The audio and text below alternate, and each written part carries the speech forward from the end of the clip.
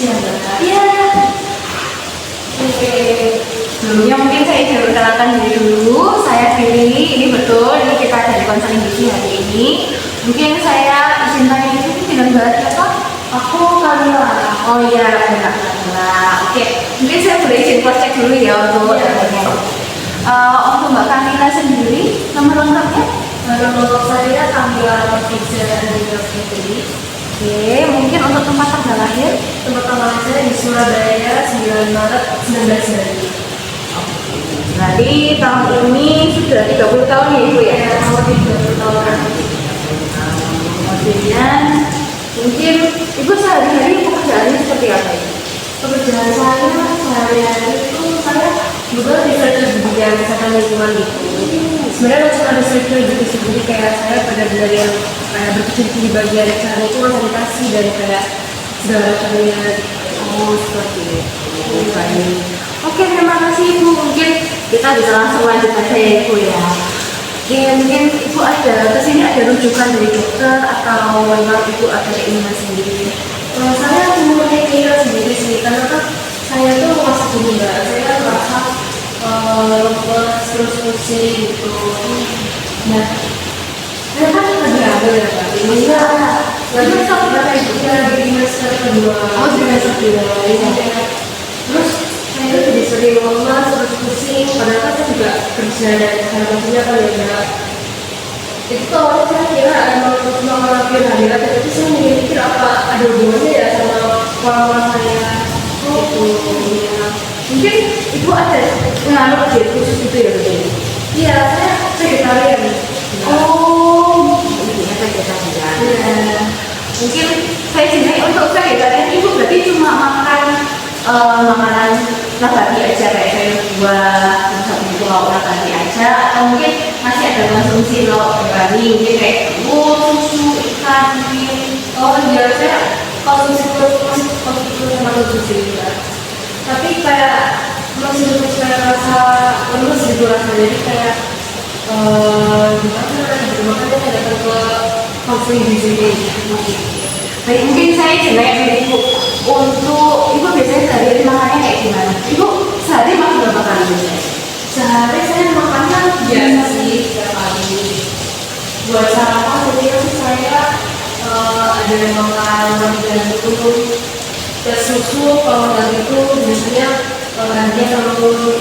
Terus buat makan siangnya itu ada nasi, terus proteinnya ada tempe atau nggak tahu gitu. Terus mama bisa untuk malam sendiri makan makanan yang kayak dairy itu, jadi bisa susu, bisa kayak yogurt. Oh, oke, produk susu ya masih ada. Untuk berarti Ibunya ini makannya lengkap ya? Ibu kalau buah juga konsumsi kan? Oh iya, gue juga konsumsi. Kemudian kalau untuk air selalu konsumsi ya setiap ini ya? Iya, air juga konsumsi. Mungkin saya izin tanya dulu, Ibu biasanya kalau makan roti gandum itu berapa lembar gitu biasanya? Kalau roti gandum tuh biasanya saya yang lembar sih, kayak yang sebongkah gini. Mungkin coba saya tetapkan sama kalkulasinya, jadi bisa membantu mungkin. Ya, itu bentuknya. Oh ya, mungkin lebih mirip yang ini ya Ibu ya? Ya, Kita begini. Oke, mungkin kita begini. Kemudian satu butir itu kalau biasanya iya satu butir aja sih. telur ayam biasa atau Biasa. telur atau biasanya susu ya? Iya. Yang kayak itu hasilnya seberapa ya Ibu ya? Soalnya biar saya bisa kira-kira.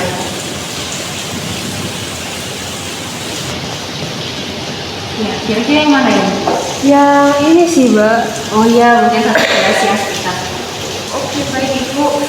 Kemudian susunya berarti susu sapi Ibu atau susu nabati atau Iya, saya bisa susu nanti sih, susu lalu kayak gitu. Rasa nasi seberapa ya? Kalau nasi biasanya sedang itu, oh sedang itu ya, mungkin mau itu dan ini.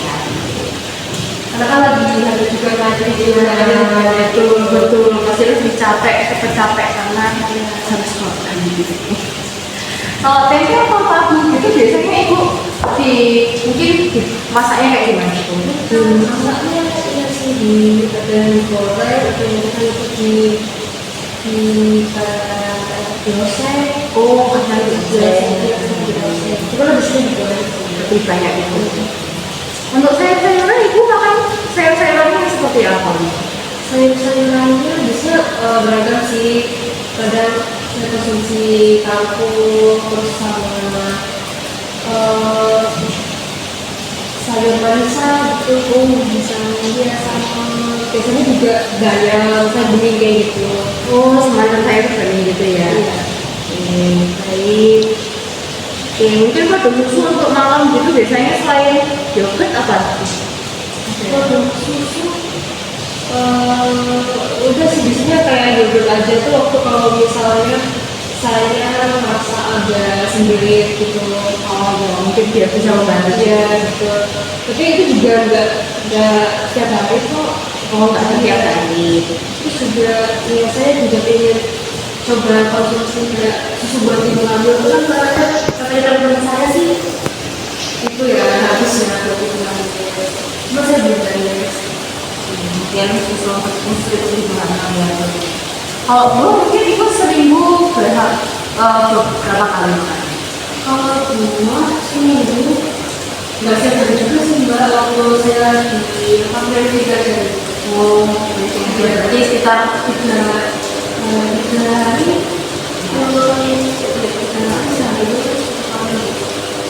mungkin 3 kali seminggu. Kalau buah-buahnya juga bervariasi kan? Buahnya saya cuma sekali sekali. Oh, Sama iya di rumah aja sih. mungkin lebih sering konsumsinya makan. Ya mungkin saya izin untuk kasih saran sedikit ya ibu ya. Ada kemungkinan itu memang hubungannya sama kondisi ibu yang tadi itu sempat bilang untuk lemas tadi. Mungkin kalau bisa saya kasih sedikit penjelasan, mungkin karena kondisinya ibu hamil, kondisi ibu hamil itu ada kebutuhan dari zat gizi yang meningkat. Mungkin saya tunjukkan sedikit, ini ada beberapa zat gizi yang memang kalau untuk selama masa kehamilan dia akan meningkat, baik dari ini vitamin ini selalu meningkat. Kemudian kalau misalnya kita lihat dari energi, protein ya juga ada peningkatan. Nanti di mineral juga ada peningkatan, itu ada peningkatan kebutuhan itu. Nah, tapi mungkin juga karena itu untuk frekuensi makannya juga tidak terlalu banyak, dan untuk setiap kali makannya juga porsinya juga kurang banyak juga. Jadi mungkin ibu juga merasa lemes gitu ya, kurang energi juga.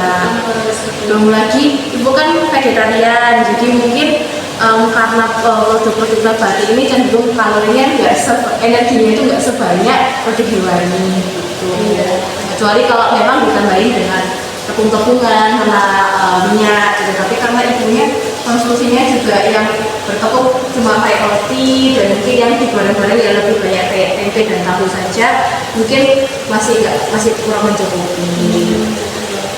Kemudian mungkin karena berkaitan sama vegetarian ini, mungkin saya izin kasih tahu ya untuk beberapa zat gizi yang mungkin lagi yang mungkin kurang dari yang dikonsumsi sama itu. Misalnya kayak protein, karena kan kalau di protein nabati kan memang masih nggak sebanyak di protein hewani, tapi ada beberapa mungkin tadi ibu sudah menyebutkan. Ini terus dari bukan, ibu konsumsi tahu dan tempe ya. Iya. Ini tahu sama tempe kalau ibu memang suka, ini bisa banyak karena kan kebutuhan proteinnya kan meningkat, jadi bisa tahu dan tempe ini nggak cuma dikonsumsi pas siang aja, bisa juga dikonsumsi pas pagi, pas malam juga. Ini ada juga beberapa selain tempe yang mungkin kalau misalnya ibu mau coba bisa, ini kayak misalnya quinoa, Ini mungkin agak jarang ya edamame. Kemudian bayam dan brokoli ini kan juga ini sayur-sayuran ya, jadi mungkin bisa ditingkatkan juga jumlah makannya gitu. Terus kemudian juga ada selain protein, zat besi juga mungkin bisa jadi yang mempengaruhi ibu, karena kan cenderungannya apalagi kalau trimester kedua ya ibu ya, trimester kedua biasanya memang ada kecenderungan anemia, jadi penurunan produksi untuk hemoglobin darahnya, akhirnya sering rasa pusing karena nggak ada yang ngirim oksigen ke otak, rasa pusing gitu. Nah, jadi mungkin kalau saran saya tingkatkan juga konsumsinya untuk zat besi. Mungkin kayak bayam tadi kan dia juga tinggi untuk zat besinya, jadi sering konsumsi bayam ya. Jadi mungkin konsumsi sayur-sayuran yang tinggi zat besi, ini misalnya bayam tadi. Kemudian ada satu vitamin yang mungkin kalau di produk nabati itu nggak ada, jadi itu vitamin B12 Mbak. Jadi untuk vitamin B12 ini memang adanya cuma di produk hewani. Nah, tapi karena mungkin ibunya nggak mengonsumsi produk hewani selain pada susu, mungkin untuk produk susu dan telur tadi bisa dikonsumsi setiap hari. Terus ibu juga bisa konsumsi untuk MMS namanya.